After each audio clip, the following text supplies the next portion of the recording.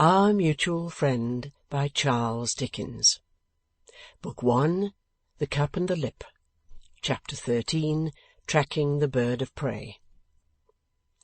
The two lime merchants, with their escort, entered the dominions of Miss Abbey Potterson, to whom their escort, presenting them and their pretended business over the half-door of the bar in a confidential way, preferred his figurative request that a mouthful of fire might be lighted in Cosy. Always well disposed to assist the constituted authorities, Miss Abbey bade Bob Gliddery attend the gentleman to that retreat, and promptly enliven it with fire and gaslight.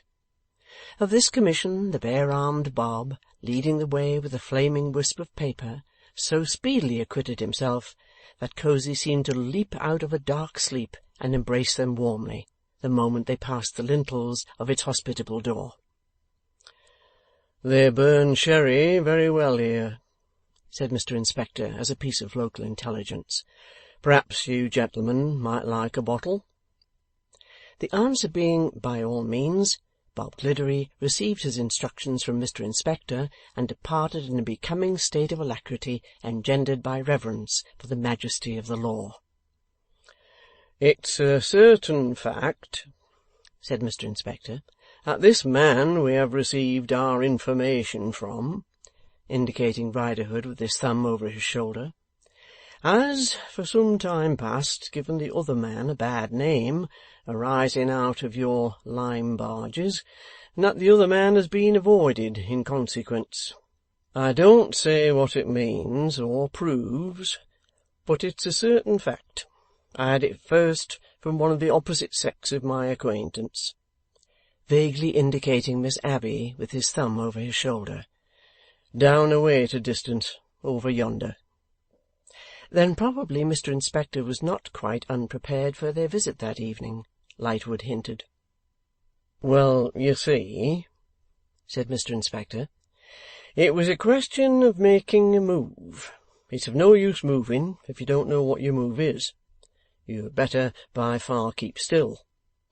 In the matter of this lime, I certainly had an idea that it might lie betwixt the two men.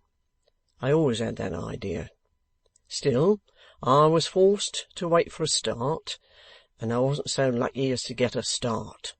This man that we have received our information from has got a start, and if he don't meet with a check, he may make the running and come in first. There may turn out to be something considerable for him that comes in second, and I don't mention who may or who may not try for that place. There's duty to do, and I shall do it, under any circumstances, to the best of my judgment and ability." "Speaking as a shipper of lime," began Eugene. "Which no man has a better right to do than yourself, you know," said Mr. Inspector. "I hope not," said Eugene. "My father having been a shipper of lime before me, and my grandfather before him, in fact we having been a family immersed to the crowns of our heads in lime during several generations, I beg to observe that if this missing lime could be got hold of without any young female relative of any distinguished gentleman engaged in the lime trade, which I cherish next to my life, being present, I think it might be a more agreeable proceeding to the assisting bystanders, that is to say, lime-burners." "I also," said Lightwood, pushing his friend aside with a laugh, "should much prefer that." "It shall be done, gentlemen, if it can be done conveniently," said Mr. Inspector with coolness. "There is no wish on my part to cause any distress in that quarter. Indeed, I am sorry for that quarter." "There was a boy in that quarter," remarked Eugene. "He is still there?" "No," said Mr. Inspector. "He has quitted those works. He is otherwise disposed of." "Will she be left alone, then?" asked Eugene. "She will be left," said Mr. Inspector. "Alone." Bob's reappearance of the steaming jug broke off the conversation.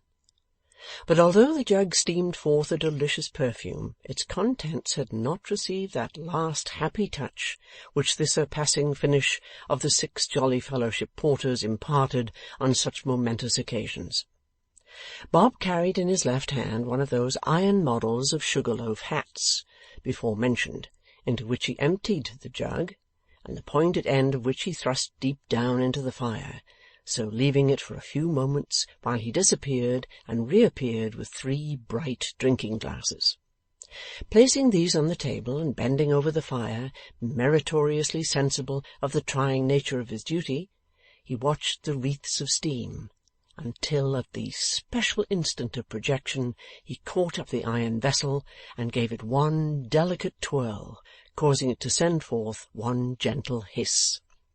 Then he restored the contents to the jug, held over the steam of the jug each of the 3 bright glasses in succession, finally filled them all, and with a clear conscience awaited the applause of his fellow creatures.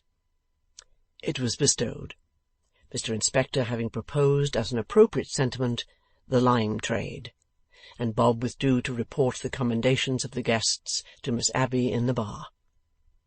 It may be here in confidence admitted that, the room being close shut in his absence, there had not appeared to be the slightest reason for the elaborate maintenance of this same lime fiction, only it had been regarded by Mr. Inspector as so uncommonly satisfactory, and so fraught with mysterious virtues, that neither of his clients had presumed to question it. 2 taps were now heard at the outside of the window.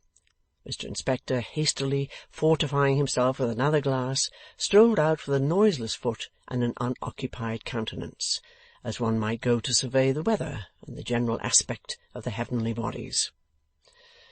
"This is becoming grim, Mortimer," said Eugene in a low voice. "I don't like this." "Nor I," said Lightwood. "Shall we go?" "Being here, let us stay. You ought to see it out, and I won't leave you. Besides, that lonely girl with the dark hair runs in my head. It was little more than a glimpse we had of her that last time, and yet I almost see her waiting by the fire tonight. Do you feel like a dark combination of traitor and pickpocket when you think of that girl?" "Rather," returned Lightwood. "Do you?" "Very much so." Their escort strolled back again and reported. Divested of its various limelights and shadows, his report went to the effect that Gaffer was away in his boat, supposed to be on his old lookout, that he had been expected last high water, that having missed it for some reason or other, he was not, according to his usual habits at night, to be counted on before next high water, or it might be an hour or so later, that his daughter surveyed through the window would seem to be so expecting him, for the supper was not cooking, but set out ready to be cooked, that it would be high water at about 1, and that it was now barely 10, that there was nothing to be done but watch and wait, that the informer was keeping watch at the instant of that present reporting, but that 2 heads were better than 1, especially when the second was Mr. Inspector's, and that the reporter meant to share the watch. And forasmuch as crouching under the lee of a hauled-up boat on a night when it blew cold and strong, and when the weather was varied with blasts of hail at times, might be wearisome to amateurs, the reporter closed with the recommendation that the 2 gentlemen should remain, for a while at any rate, in their present quarters, which were weather-tight and warm. They were not inclined to dispute this recommendation, but they wanted to know where they could join the watchers when so disposed. Rather than trust to a verbal description of the place, which might mislead, Eugene, with a less weighty sense of personal trouble on him than he usually had, would go out with Mr. Inspector, note the spot, and come back. On the shelving bank of the river, among the slimy stones of a causeway, not the special causeway of the 6 Jolly Fellowships, which had a landing-place of its own, but another, a little removed, and very near to the old windmill which was the denounced man's dwelling-place, were a few boats, some moored and already beginning to float, others hauled up above the reach of the tide. Under one of these latter Eugene's companion disappeared, and when Eugene had observed its position with reference to the other boats, and had made sure that he could not miss it, he turned his eyes upon the building where, as he had been told, the lonely girl with the dark hair sat by the fire. He could see the light of the fire shining through the window. Perhaps it drew him on to look in. Perhaps he had come out with the express intention. That part of the bank having rank grass growing on it, there was no difficulty in getting close without any noise of footsteps. It was but to scramble up a ragged face of pretty hard mud, some 3 or 4 feet high, and come upon the grass and to the window. He came to the window by that means. She had no other light than the light of the fire. The unkindled lamp stood on the table. She sat on the ground, looking at the brazier, with her face leaning on her hand. There was a kind of film or flicker on her face, which at first he took to be the fitful firelight, but on a second look he saw that she was weeping, a sad and solitary spectacle, as shown him by the rising and the falling of the fire. It was a little window of but 4 pieces of glass, and was not curtained. He chose it because the larger window near it was. It showed him the room, and the bills upon the wall respecting the drowned people starting out and receding by turns. But he glanced slightly at them, though he looked long and steadily at her. A deep rich piece of colour, with the brown flush of her cheek and the shining lustre of her hair, though sad and solitary, weeping by the rising and the falling of the fire. She started up. He had been so very still that he felt sure it was not he who had disturbed her, so merely withdrew from the window and stood near it in the shadow of the wall. She opened the door, and said in an alarmed tone, "Father, was that you calling me?" And again, "Father!" And once again, after listening, "Father! I thought I heard you call me twice before." No response. As she re-entered at the door, he dropped over the bank and made his way back, among the ooze and near the hiding-place, to Mortimer Lightwood, to whom he told what he had seen of the girl, and how this was becoming very grim indeed. "If the real man feels as guilty as I do," said Eugene, "he is remarkably uncomfortable." "Influence of secrecy?" suggested Lightwood. "I am not at all obliged to it for making me Guy Fawkes in the vault and a sneak in the area both at once," said Eugene. "Give me some more of that stuff." Lightwood helping him to some more of that stuff, but it had been cooling, and didn't answer now. "Pugh!" said Eugene, spitting it out among the ashes. "Taste like the wash of the river." "Are you so familiar with the flavour of the wash of the river?" "I seem to be to-night. I feel as if I had been half drowned and swallowing a gallon of it." "Influence of locality?" suggested Lightwood. "You are mighty learned to-night, you and your influences," returned Eugene. "How long shall we stay here?" "How long do you think?" "If I could choose, I should say a minute," replied Eugene, "for the Jolly Fellowship porters are not the jolliest dogs I have known. But I suppose we are best here until they turn us out with the other suspicious characters at midnight." Thereupon he stirred the fire, and sat down on one side of it. It struck 11, and he made believe to compose himself patiently. But gradually he took the fidgets in one leg, and then in the other leg, and then in one arm, and then in the other arm, and then in his chin, and then in his back, and then in his forehead, and then in his hair, and then in his nose, and then he stretched himself recumbent on 2 chairs, and groaned, and then he started up. "Invisible insects of diabolical activity swarm in this place. I am tickled and twitched all over." Mentally, I have now committed a burglary under the meanest circumstances, and the myrmidons of justice are at my heels.' 'I am quite as bad,' said Lightwood, sitting up facing him with a tumbled head, after going through some wonderful evolutions in which his head had been the lowest part of him. 'This restlessness began with me long ago. All the time you were out, I felt like Gulliver with the Lilliputians firing upon him.' 'It won't do, Mortimer. We must get into the air. We must join our dear friend and brother Riderhood. And let us tranquillize ourselves by making a compact. Next time, with a view to our peace of mind, we'll commit the crime instead of taking the criminal. You swear it?' 'Certainly.' 'Sworn. Let Tippins look to it. Her life's in danger.'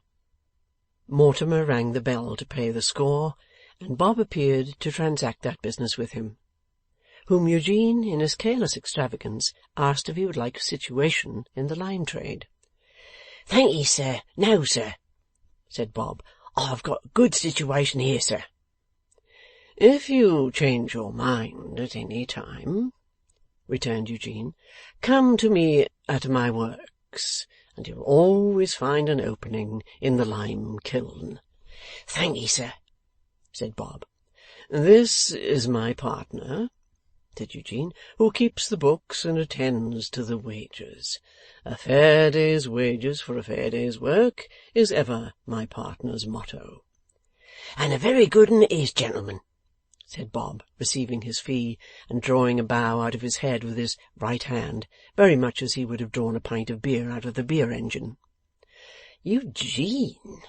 Mortimer apostrophized him, laughing quite heartily when they were alone again. 'How can you be so ridiculous?' 'I am in a ridiculous humour,' quoth Eugene. 'I am a ridiculous fellow. Everything is ridiculous. Come along.'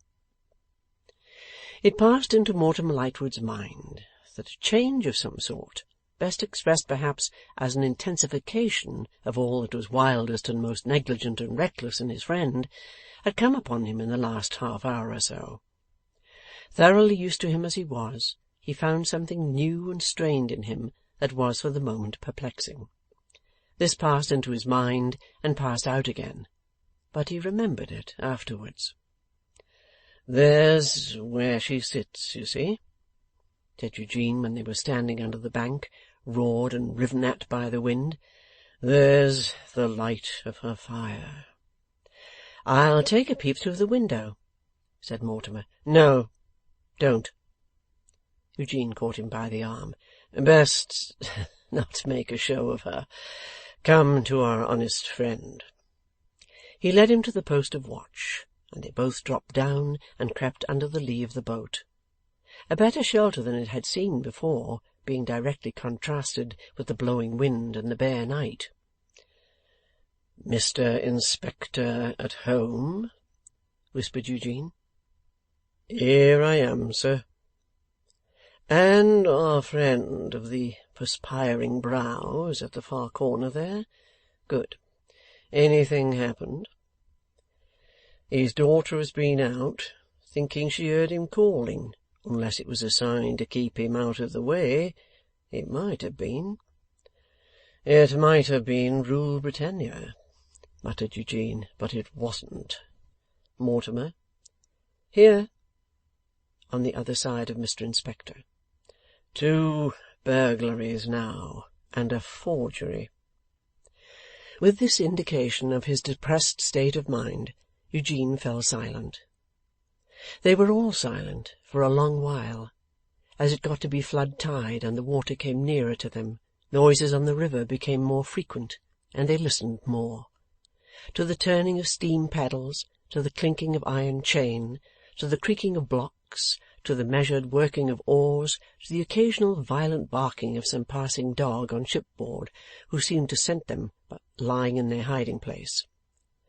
The night was not so dark but that, besides the lights at bows and mastheads gliding to and fro, they could discern some shadowy bulk attached, and now and then a ghostly lighter with a large dark sail like a warning arm, would start up very near them, pass on, and vanish. At this time of their watch, the water close to them would be often agitated by some impulsion given it from a distance. Often they believed this beat and plash to be the boat they lay in wait for, running in ashore, and again they would have started up, but for the immobility with which the informer, well used to the river, kept quiet in his place. The wind carried away the striking of the great multitude of city church clocks, for those lay to leeward of them. But there were bells to windward that told them of its being 1, 2, 3. Without that aid they would have known how the night wore by the falling of the tide, recorded in the appearance of an ever-widening black wet strip of shore, and the emergence of the paved causeway from the river, foot by foot. As the time so passed, this slinking business became a more and more precarious one. It would seem as if the man had had some intimation of what was in hand against him, or had taken fright. His movements might have been planned to gain for him, in getting beyond their reach, 12 hours' advantage. The honest man who had expended the sweat of his brow became uneasy, and began to complain with bitterness of the proneness of mankind to cheat him invested with the dignity of labour. Their retreat was so chosen that while they could watch the river, they could watch the house. No one had passed in or out since the daughter thought she heard the father calling.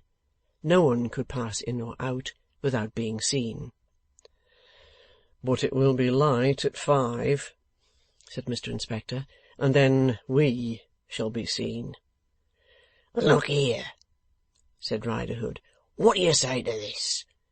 He may have been lurking in and out, and just holding his own betwixt 2 or 3 bridges for hours back." "What do you make of that?" said Mr. Inspector, stoical, but contradictory. "He may be doing so at this present time."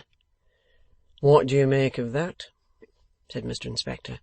"My boat's among them boats here at the causey." "And what do you make of your boat?" said Mr. Inspector. "What if I put off in her and take a look round? I know his ways, and the likely nooks he favours. I know where he'd be at such a time of the tide, and where he'd be at such another time. Ain't I been his pardner? None of you need show, none of you need stir. I can shove her off without help, and as to me being seen, I'm about at all times." "You might have given a worse opinion," said Mr. Inspector, after brief consideration. "Try it." "Stop a bit. Let's work it out. If I want you, I'll drop round under the fellowships and tip you a whistle." "If I might so far presume as to offer a suggestion to my honourable and gallant friend, whose knowledge of naval matters far be it from me to impeach," Eugene struck in with great deliberation, "it would be that to tip a whistle is to advertise mystery and invite speculation. My honourable and gallant friend will, I trust, excuse me as an independent member for throwing out a remark which I feel to be due to this house and the country." "Was that the t'other governor, or Lawyer Lightwood?" asked Riderhood, for they spoke as they crouched or lay, without seeing one another's faces. "In reply to the question put by my honourable and gallant friend," said Eugene, who was lying on his back with his hat on his face, as an attitude highly expressive of watchfulness, "I can have no hesitation in replying, it not being inconsistent with the public service, that those accents were the accents of the t'other governor." "You've tolerable good eyes, ain't you, governor? You've all tolerable good eyes, ain't you?" demanded the informer. "All." "Then, if I row up under the fellowship and lay there, no need to whistle, you'll make out that there's a speck of something or another there, and you'll know it's me, and you'll come down that causey to me. Understood all?" "Understood all." "Off she goes, then." In a moment, with the wind cutting keenly at him sideways, He was staggering down to his boat. In a few moments he was clear and creeping up the river under their own shore. Eugene had raised himself on his elbow to look into the darkness after him. "I wish the boat of my honourable and gallant friend," he murmured, lying down again and speaking into his hat, "may be endowed with philanthropy enough to turn bottom upward and extinguish him. Mortimer, my honourable friend, 3 burglaries, 2 forgeries, and a midnight assassination." Yet in spite of having those weights on his conscience, Eugene was somewhat enlivened by the late slight change in the circumstances of affairs. So were his 2 companions. Its being a change was everything. The suspense seemed to have taken a new lease, and to have begun afresh from a recent date. There was something additional to look for. They were all 3 more sharply on the alert, and less deadened by the miserable influences of the place and time. More than an hour had passed, and they were even dozing, when one of the 3, each said it was he, and he had not dozed, made out Riderhood in his boat at the spot agreed on. They sprang up, came out from their shelter, and went down to him. When he saw them coming, he dropped alongside the causeway, so that they, standing on the causeway, could speak with him in whispers under the shadowy mass of the 6 Jolly Fellowship porters fast asleep. "Blest if I can make it out," said he, staring at them. "Make what out? Have you seen him?" "No." "What have you seen?" asked Lightwood, for he was staring at them in the strangest way. "I've seen his boat." "Not empty?" "Yes, empty. And what's more, adrift. And what's more, with one scull gone. And what's more, with t'other scull jammed in the thowels and broke short off. And what's more, the boat's drove tight by the tide atwixt 2 tiers of barges. And what's more, he's in luck again, by George, if he ain't." End of Book 1, Chapter 13.